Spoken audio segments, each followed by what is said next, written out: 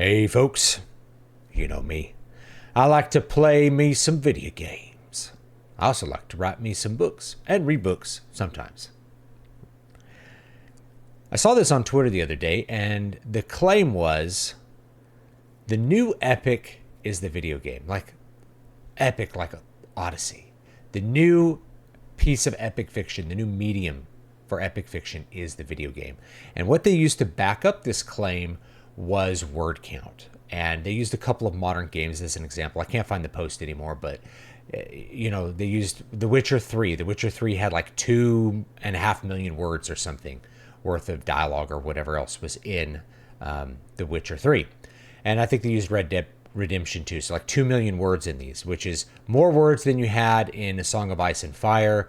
It's like 4 times as many words as you have in The Lord of the Rings, like all 3 books of The Lord of the Rings.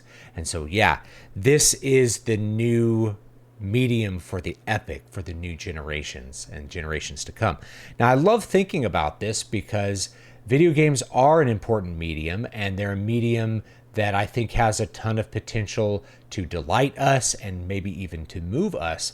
But this metric of word count, I think, is off the mark. And there's a couple of reasons for that, and so I'd like to explain those. And it's not just because I write books that are a paltry, like 150,000 words or something, which and is dwarfed by the amount of words that are written for a video game. Video games have to have a lot of words because those words are not being used in the same way that the words in a novel are, or the words especially in an epic poem. As you tend towards poetry, you get fewer words with more profound meaning, let's say. And as you move away from that, you get more words with less meaning, less concentrated meaning compared to a poem.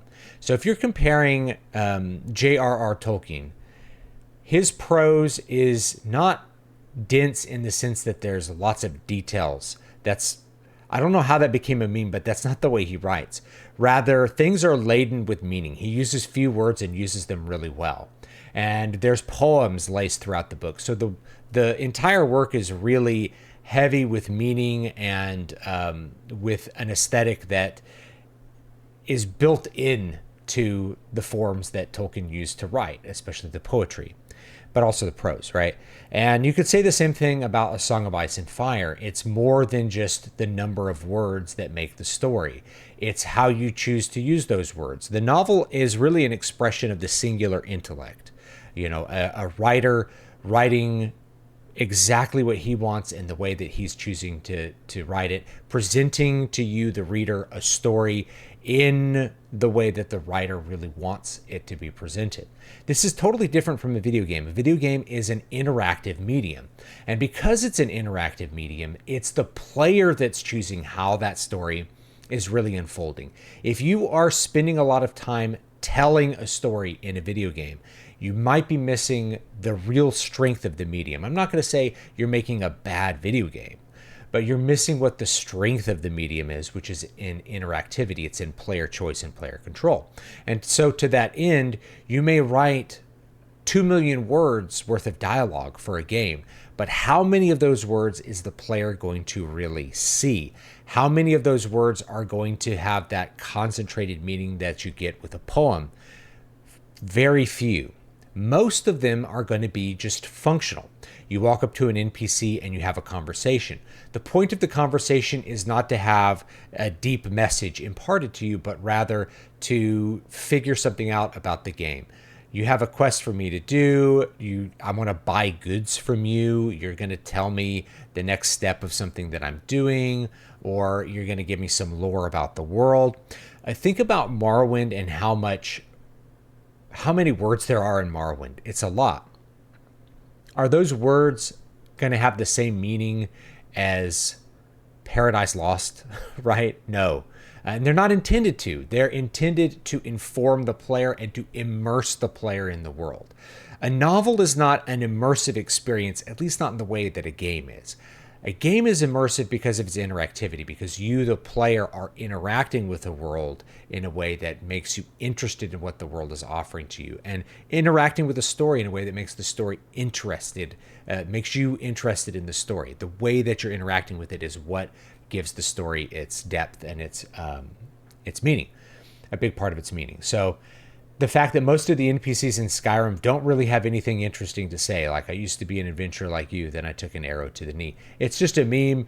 It's just something to fill in the gaps to increase the immersion of what you're doing in the game.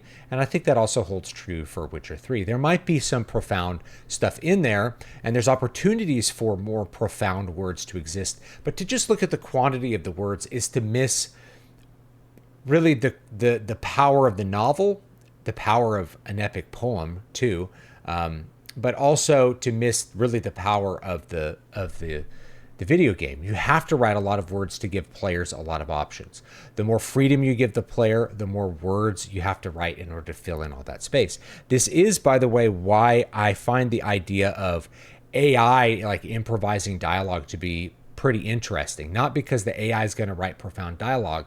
That's not the point.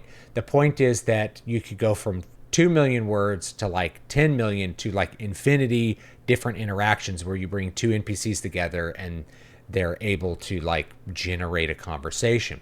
The conversation's not there to be controlled and to have that concentrated meaning. It's just to make the environment feel more real, right? To me, that's a totally different purpose to what that dialogue is. Now, would it be better if like a human carefully constructed, hey, if these two NPCs come across each other, here's what they should say?